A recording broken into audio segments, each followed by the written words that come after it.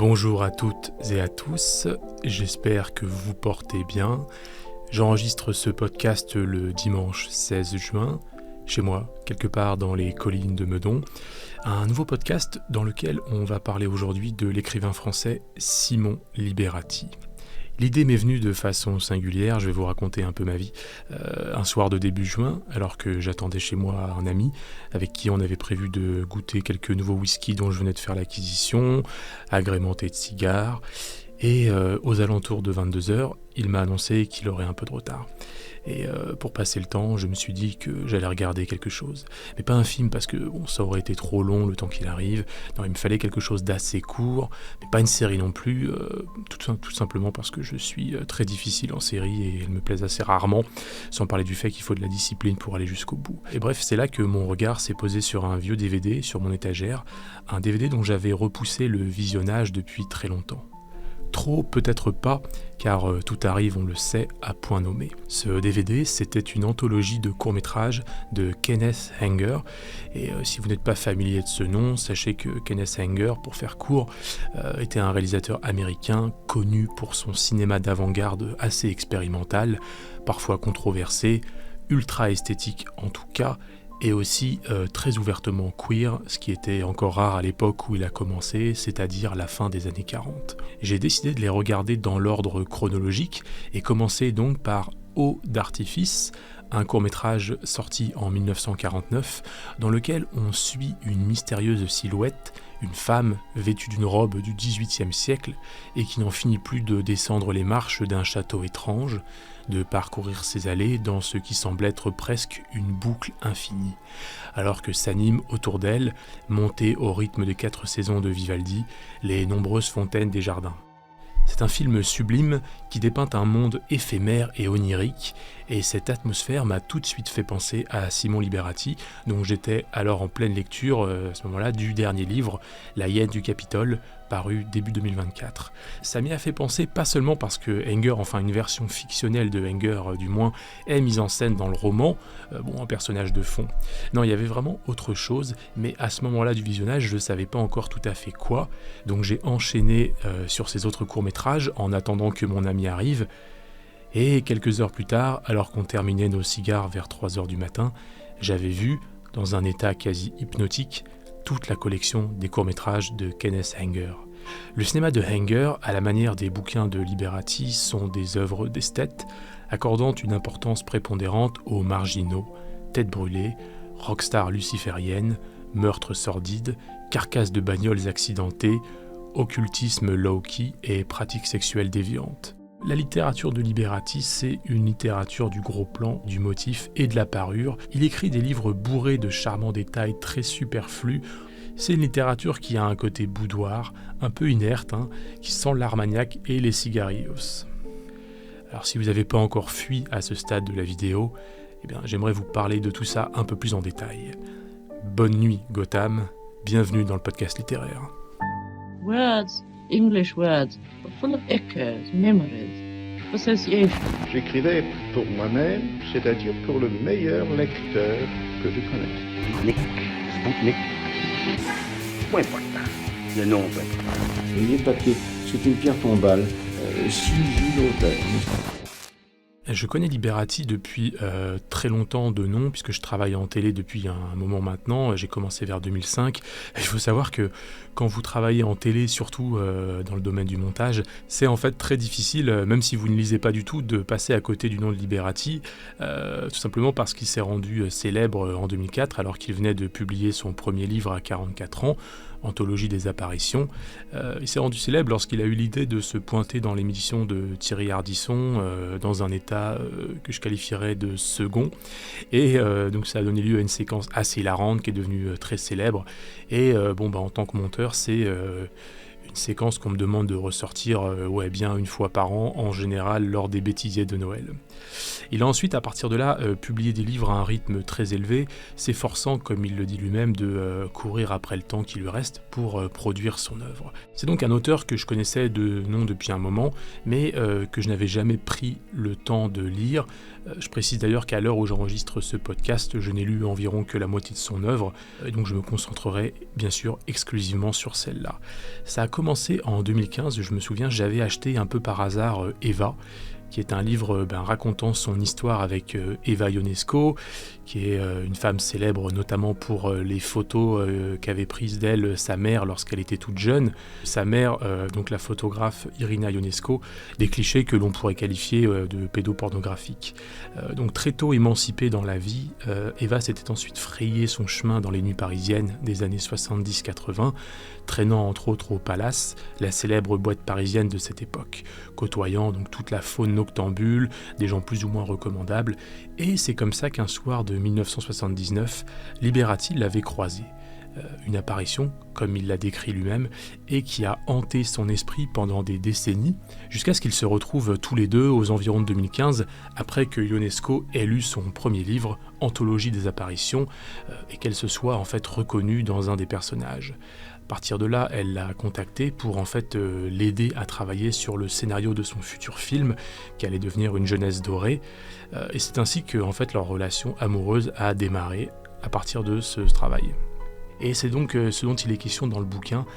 À cette époque, je vous l'ai dit, je n'avais encore rien lu de Liberati, et avec le recul, je me rends compte que Eva était sans doute une assez mauvaise porte d'entrée dans son œuvre, parce que je ne savais pas grand-chose de cet univers des nuits parisiennes des années 80, j'avais à peine entendu parler du Palace, et donc je lisais un peu son bouquin, Eva, comme ça, à vue, sans repère. Et donc bref, les années ont passé sans que je lise rien d'autre de lui, et c'est début 2024, alors que j'errais dans les rayonnages de la bibliothèque de Meudon, que mon regard est tombé sur l'Hyper-Justine. Je me suis dit, allez, on va emprunter ce livre. Dans ce bouquin qui se déroule le temps d'une soirée, on déambule aux côtés d'un mystérieux individu, Pierre Alamdi, un petit escroc au passé trouble dont la mère mannequin fut assassinée quand il était enfant, dans des circonstances très louches. Et c'est en errant comme ça dans les nuits interlopes parisiennes qu'il va découvrir par hasard que la mort de sa mère pourrait être liée à une certaine Thérèse Legros, une vieille aristocrate, sorte de femme succube, croupissant dans son appartement des beaux quartiers, entourée d'un cheptel de jeunes femmes asservies. Voilà pour le pitch de l'histoire, et donc 2 semaines plus tard, j'avais terminé le livre, ce qui est assez long, surtout que Liberati déclare sur la 4e de couverture qu'idéalement, il aimerait que le lecteur le lise en une soirée. Alors bon, je vous avoue que c'est une préconisation assez peu réaliste, on va le dire franchement. Bon, déjà parce que le bouquin fait plus de 300 pages, ce qui n'est pas non plus rien du tout, et surtout parce qu'il est pas facile à lire. C'est un bouquin qui est très dense, stylistiquement parlant, pas toujours facile à suivre non plus, comme dans beaucoup de ses livres, Liberati s'intéresse plus à dépeindre une atmosphère qu'à nous raconter une histoire précise, on va dire plus conventionnelle, avec du suspense ou même des simples enjeux dramatiques. C'est pas là qu'est son talent, et je pense d'ailleurs que c'est la raison pour laquelle Une jeunesse dorée, dont je vous parlais juste avant, le film d'Eva Ionesco, dont il a coécrit le scénario, pas un très très très bon film, quoi. Il y a quand même un manque d'enjeu assez cruel, et je trouve qu'au cinéma, où justement tout est visible, il n'y a pas vraiment d'abstraction possible, et à moins que votre film soit esthétiquement si fort qu'il occulte tout le reste, je pense par exemple à des cinéastes comme David Lynch ou même pourquoi pas Bertrand Mandico, il vaut mieux avoir un bon scénario si vous voulez accrocher les gens. Liberati, c'est un écrivain qui travaille sans plan, il se lève le matin sans savoir précisément ce qu'il va écrire, et c'est quelque chose que l'on perçoit. On sent que l'intrigue n'est pas au cœur de ses bouquins, on a le sentiment qu'il l'a construit davantage par rapport à des situations dans lesquelles il aimerait mettre ses personnages afin de pouvoir intercaler les mots qu'il a envie d'écrire. C'est un esthète, comme je vous disais, et on n'est guère tenu en haleine dans ses livres. Non, le plaisir vient d'ailleurs. L'Hyper-Justine, c'est donc moins un thriller noctambule qu'une série de tableaux. C'est le plus stylisé, je pense, de ces livres, en tout cas de ceux que j'ai lus. C'est une sorte de conte noir vénéneux dans lequel on croise un bestiaire de personnages pervers, sadomasochistes, grotesques et décadents. Et en le lisant, pour tout vous dire, j'avais des visions de photographies de, par exemple, Joel Peter Witkin ou de certains vieux clips de Nine Inch Nails, ce qui n'était pas pour me déplaire. Mais avec le recul, je pense néanmoins que l'Hyper-Justine n'est pas un très bon point d'entrée dans son œuvre. Comme je vous disais, c'est un livre très dense et qui vaut mieux se garder, je pense, pour plus tard, quand on s'est déjà un peu frayé un chemin dans son univers et qu'on s'est acclimaté à son style. peu de temps après celui-là, parce que ça y est, j'avais commencé, on va dire, mon grand chelem Liberati, j'ai enchaîné sur California Girls, un livre qui, pour le coup, est une pure commande de son éditeur, autant que je sache. Et Liberati le dit lui-même, hein, c'est un écrivain qui écrit beaucoup sur contrat. C'est quelque chose qui doit venir, j'imagine, de son passé de journaliste. Et donc, California Girls, c'est un livre qui m'a beaucoup plu, même si je considère que c'est probablement son livre le moins intéressant. Je vais vous expliquer pourquoi. Alors déjà, de quoi ça parle ? Il s'agit en fait tout simplement d'un récit ultra méticuleux, à la minute près, de l'assassinat de Sharon Tate par le clan Manson. Pour les personnes qui auraient un peu oublié ce dont il s'agit, donc c'était la femme de Roman Polanski qui était alors enceinte, qui un soir de 1969, sa maison a été visitée par des membres du clan du gourou, donc Charles Manson, des hippies complètement décadents, complètement fous, et qui l'ont assassinée, ainsi que plusieurs de ses amis qui étaient présents sur place avec elle. Et donc Liberati va, en suivant du point de vue des filles, parce que c'était surtout des filles en fait qui étaient présentes ce soir-là pour l'assassinat, en suivant ces filles comme ça, il va nous retracer toute l'histoire du meurtre sur une période, je crois, de 2 ou 3 jours de mémoire. Donc on a un peu la préparation du meurtre, le meurtre, et après leur fuite, entre guillemets. Et donc c'est un livre qui est assez glaçant, qui se lit sans mal, pourtant, pour peu que vous ayez pas trop froid aux yeux, mais qui, je vous le disais, est de très loin, je pense, son livre le moins intéressant, à cause, je pense, de sa nature même de récit très méticuleux. Il a un côté, au final, assez impersonnel, et il y a surtout une sorte d'absence de sous-texte et de message de fond, quelque chose qui, je trouve, d'ailleurs fait un peu défaut à toute son œuvre et qui est ici flagrant. Je pense que c'est un choix personnel, mais il y a une absence de volonté à vouloir superposer les époques qu'il dépeint, donc surtout les années 60, avec la nôtre, et à les faire entrer en résonance. Donc d'un côté, cela donne une certaine fraîcheur à ces livres, parce qu'il nous épargne les comparaisons qui pourraient vite mal tourner et leur donner un côté vieux con. Mais en même temps, il y a un côté aussi un petit peu creux parfois dans son esthétique. Et je trouve que California Girls, c'est un petit peu symptomatique de ça, c'est-à-dire que c'est un brillant exercice, mais qui tourne un peu à vide. Et j'en suis personnellement sorti sans avoir appris grand-chose, hormis, et bien sûr, comme je vous disais, des détails sordides tels que le nombre de coups de couteau qu'a reçu Sharon Tate, ce genre de choses. Liberati a dit avoir été hanté dans son enfance par le meurtre de Sharon Tate. Il avait à peu près 9 ans à l'époque, c'était vraiment un petit garçon. Et je conçois, au regard de son œuvre, que ce meurtre, cette tragédie, ça ait pu l'intéresser. Mais bon, après, moi je pense que le problème, c'est que contrairement à d'autres femmes sur lesquelles il a pu écrire, je pense par exemple à la star du cinéma Jane Mansfield, ou même son ex-femme Eva Ionesco, ou encore plus récemment sa compagne actuelle Clara Benador, j'ai l'impression que Sharon Tate c'était peut-être une figure un peu trop lisse, trop peu luciférienne en tout cas, trop angélique, pour que son récit, aussi documenté soit-il, transcende un peu comme ça la narration. J'en reviens d'ailleurs rapidement à Kenneth Anger qui, durant toute sa vie, a fait partie de l'underground, et il a travaillé avec des artistes divers, par exemple Bobby Beausoleil, qui était un musicien qui a fait de la musique dans l'un de ses films les plus célèbres, qui s'appelle Lucifer Rising. Et alors lui, Beausoleil n'a pas pris part au meurtre de Sharon Tate, mais il a vendu de la drogue pour le compte de la bande, le clan Manson, justement, avant de commettre lui-même un meurtre et prendre la prison à perpétuité. Prison où il est encore détenu à l'heure actuelle, où je vous parle en 2024. Donc vous voyez que Anger a très clairement fait partie d'une nébuleuse qui est comme ça connectée au centre d'intérêt de Liberati, c'est-à-dire les années 60-70, les milieux interlopes, artistes bohèmes, tous ceux qui vivent comme ça leur vie pied au plancher pour prendre un lieu commun, et qui finissent parfois dans le décor ou dans un camion, dans le cas de Jane Mansfield. Anger a d'ailleurs écrit un bouquin qui s'appelle Hollywood Babylon, dans lequel il évoque diverses anecdotes scabreuses sur l'âge d'or d'Hollywood, et c'est un livre qui a beaucoup inspiré Liberati. Liberati, c'est un écrivain qui est très méticuleux dans sa documentation, sa reconstitution de l'époque. On sent qu'il prend plaisir, qu'il passe comme ça des heures à éplucher de vieux journaux, à regarder de vieilles photos, à interroger des personnes qui ont rencontré les personnes réelles qu'il met en scène dans ses romans. Et je dis met en scène parce que une fois que la toile de fond est tendue, ces personnages deviennent vraiment des marionnettes. Il va mêler des éléments biographiques tout en intercalant des scènes inventées où il les fait cohabiter avec ses propres personnages fictionnels. Liberatis fait plaisir bien sûr, il nous plonge dans les années 60 de son fantasme, tel qu'il aurait aimé les vivre puisqu'il n'était à l'époque qu'un tout petit enfant. Comme il dit lui-même, il a raté la fête. Il crée un bestiaire, je vous disais, de personnages qu'il convoque d'un roman à l'autre, un codex de lieux et d'impressions que l'on retrouve, et même sans être particulièrement intéressé par les années 60, j'ai fini par acquérir moi-même une assez bonne culture de cette époque, de ses protagonistes, de ses mythes, ce qui m'a en fait aidé à naviguer plus facilement d'un livre à l'autre. C'est pour ça que je vous disais qu'il peut être judicieux à mon sens d'attaquer son œuvre par un bon point d'entrée, afin que les connaissances que vous allez avoir s'accumulent et se complètent judicieusement. Après ça, je me suis attaqué à Performance, qui a remporté le prix Renaudot en 2022. Et c'est sans doute le livre le plus accessible de Liberati, parmi ceux que j'ai lus en tout cas.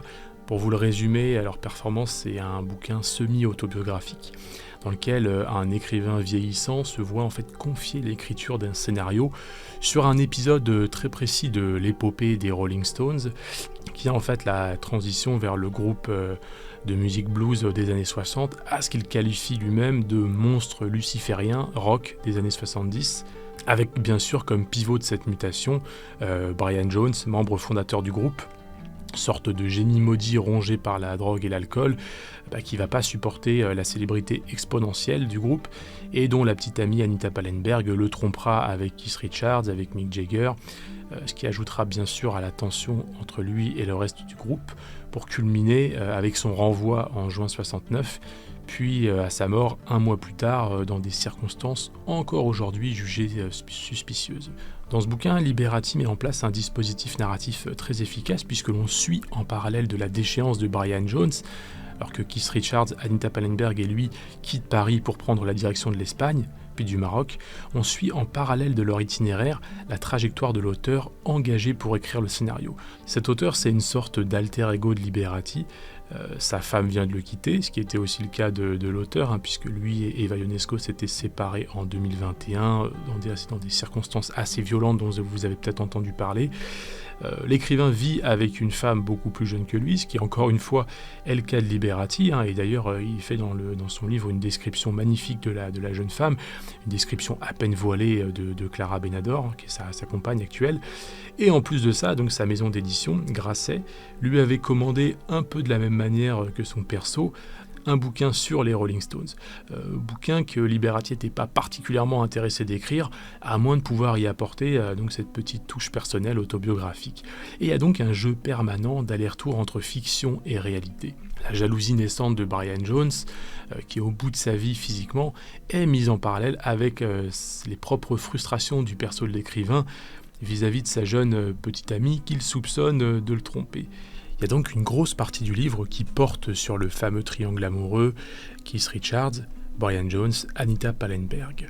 Et comme je vous disais, l'univers de Liberati, c'est une nébuleuse, sachez que Anita Pallenberg est par ailleurs au centre du film qui a directement inspiré le livre, pour en tout cas son titre du moins, Performance, un film qui est sorti en 1970 et qui met en avant les liens entre la pègre londonienne et son milieu bohème artistique. Pour vous le résumer très rapidement, le film raconte la fuite d'un gangster pourchassé par les siens et qui se réfugie chez un personnage joué par Mick Jagger, qui incarne ici un peu son propre rôle, une sorte de dandy rock à la Byron, vivant dans une grande bâtisse victorienne, redécorée à l'orientale, comme c'était à la mode à l'époque, et aussi celle des romantiques, avec des ottomanes encombrant les pièces, des tentures tapissant les murs comme de longues toiles d'araignée, et au milieu de tout ça, donc, la reine des insectes, Anita Pallenberg, la muse des Stones, une femme vénéneuse à demi nue pendant tout le film, suintant la drogue et le sexe. D'ailleurs, si vous vous intéressez à elle, et même à cette période en général, sachez qu'il y a un documentaire qui vient de sortir sur elle, qui s'intitule Catching Fire, The Story of Anita Pallenberg, et que je vous recommande. On sent que c'est quelqu'un qui s'intéresse évidemment plus au passé qu'au présent, mais contrairement à pas mal d'écrivains de cette farine, il n'a pas l'air très intéressé non plus par les comparaisons. Il n'émet pas de jugement ou de comparaisons lourdes qui risqueraient de le faire rapidement tomber dans la case vieux con. Et du coup, ces livres, je trouve, malgré leur sujet souvent poussiéreux, ils ont de la vitalité, voire même de la fraîcheur. Ce ne sont pas des livres d'historiens. Pour finir avec Performance, je ne saurais que trop vous conseiller également le livre audio qui est apparu chez Audible et qui a la particularité, c'est assez rare pour être signalé, d'être lu par son auteur lui-même, Liberati. Et donc pour une fois, on a une lecture qui est très incarnée, qui n'est pas impersonnelle et un peu aseptisée comme c'est souvent le cas avec des comédiens, même tout aussi professionnels soient-ils. Ensuite, j'ai lu Les Démons, paru en 2020, et que je considère comme son meilleur livre parmi tous ceux que j'ai lus jusqu'à aujourd'hui, celui où son style magnifique en tout cas rayonne le plus. Le roman se déroule en 1967 et met en scène un quatuor de personnages, des jeunes gens, membres de la haute société parisienne, délaissés par leurs parents, trop occupés à leurs affaires, et qui traînent leur oisiveté, leur mélancolie, leurs auras lucifériennes entre Paris, Cannes et d'autres destinations plus exotiques. Il côtoie des personnes célèbres telles que Truman Capote, Andy Warhol, Louis Aragon, Paul Morand, en fait tout le milieu intellectuel de Saint-Germain-des-Prés des années 60, et on les suit donc dans un climat d'errance, noyant leur ennui dans la débauche et quelques velléités artistiques pour certains. Parce que c'est, je crois, le sujet caché du livre, la frontière ténue séparant les authentiques génies que l'on croise dans le livre et que je vous ai cités plus haut, deux personnages certes hauts en couleur et sur le papier très proches de ces génies, parfois même encore plus flamboyant, mais improductif, à l'image du personnage de Donatien, miné par son incapacité d'écrire plus de quelques lignes. À la manière d'un conte pour enfants, le livre s'ouvre sur une jolie description d'un château, proche de Fontainebleau, celui où vivotent nos protagonistes. Une description pleine de charmants détails gothiques, avec des phrases comme « Les hautes fenêtres étaient drapées aux angles de toiles d'araignée, la porte vitrée bâillait, le battant voilé comme une feuille de papier humide. » Le temps semble arrêté dans ce que Liberati décrit comme une somnolence magique, et cette atmosphère nous prépare à la rencontre avec les deux personnages de Tainé et Serge Téchéré-Paquin, une sœur et un frère, à peine sortis de l'adolescence, vivant seuls comme des enfants perdus, mais c'est là que l'univers de Liberati frappe à la porte, car ils ont tous les deux une relation incestueuse. Comme souvent chez Liberati, on est dans l'art du contrepoint, le beau est magnifié par la laideur, l'atrocité du réel, souvent précédée par quelque chose d'onirique. À titre d'exemple, quelques chapitres plus loin, lorsque leur conte de fées vole en éclats. Alors que Tainé et son frère rentrent en voiture d'une soirée parisienne, Liberati écrit « La voiture ondula un instant avant de foncer vers Fontainebleau. Tainé referma les yeux sans protester, on se corrompt vite à respirer l'air du despotisme. Enfant, elle lisait « Fontainebleau », imaginant dans la forêt au-delà de la Seine une fontaine de sable blanc avec de l'eau bleue, la fontaine de Diane, l'eau de la lune, l'arbre de Diane, les larmes de Diane. Et quelques lignes plus loin, ils ont un accident. Lui est tué sur le coup, elle survit mais son visage est ravagé.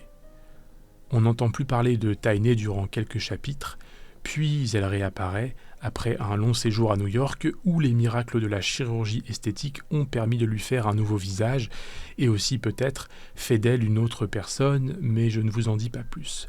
Et c'est à partir de là qu'un autre conte se met en place, mais celui-ci beaucoup plus noir, et pour boucler la boucle avec le début du podcast, c'est là qu'on imagine Tainé Téchéré-Paquin vivant recluse dans son château, arpentant les jardins de la propriété comme la femme mystérieuse du court-métrage de Kenneth Anger, Eau d'artifice. Le livre que j'ai lu ensuite, c'est tout simplement La suite des démons, qui a paru cette année et qui s'appelle La hyène du Capitole. Je ne vais pas trop vous raconter l'histoire parce que même si, comme je vous le disais chez Liberati, l'intrigue est finalement assez secondaire, surtout dans cette saga, c'est pas comme si j'allais vous spoiler des choses, je sais que certaines personnes n'aiment pas qu'on leur raconte l'histoire du deuxième volume, donc je vais me contenter de vous dire qu'on retrouve certains personnages du premier volet, mais cette fois à Rome. Donc un nouveau terrain de jeu pour Liberati. L'époque aussi a changé, on est passé dans les années 70, en 73 pour être exact je crois, donc seulement 5 ou 6 ans se sont écoulés depuis le premier tome, et pourtant on retrouve certains de nos persos comme s'ils en avaient pris des dizaines de plus. Ils sont plus vieux, presque croulants, comme si à leur âge ils avaient déjà vécu tout ce qu'il y avait à vivre. Et dans ce nouveau tome, on retrouve notamment Alexis Téchéré-Paquin, donc personnage très caravagesque, si j'ose dire, parce que malgré ses relations dans la haute société romaine, il aime se frotter sans cesse à un monde plus interlope, tel le Caravage justement. Il se frotte à la racaille des bas-fonds de Rome, jusqu'à même tomber amoureux. Donc une proximité entre l'élite et les bas-fonds que l'on retrouve dans l'œuvre de Liberati en général, Et tout comme chez Caravage, qui utilisait, on le sait, la population des bas-fonds, des mauvais quartiers, il utilisait certaines personnes comme modèles pour faire des saintes ou des saints. Liberati, lui aussi, a une esthétique comme ça, un peu de la racaille, des criminels, mais chez lui, ils vont également avoir une beauté angélique, comme vous le verrez en lisant ce livre.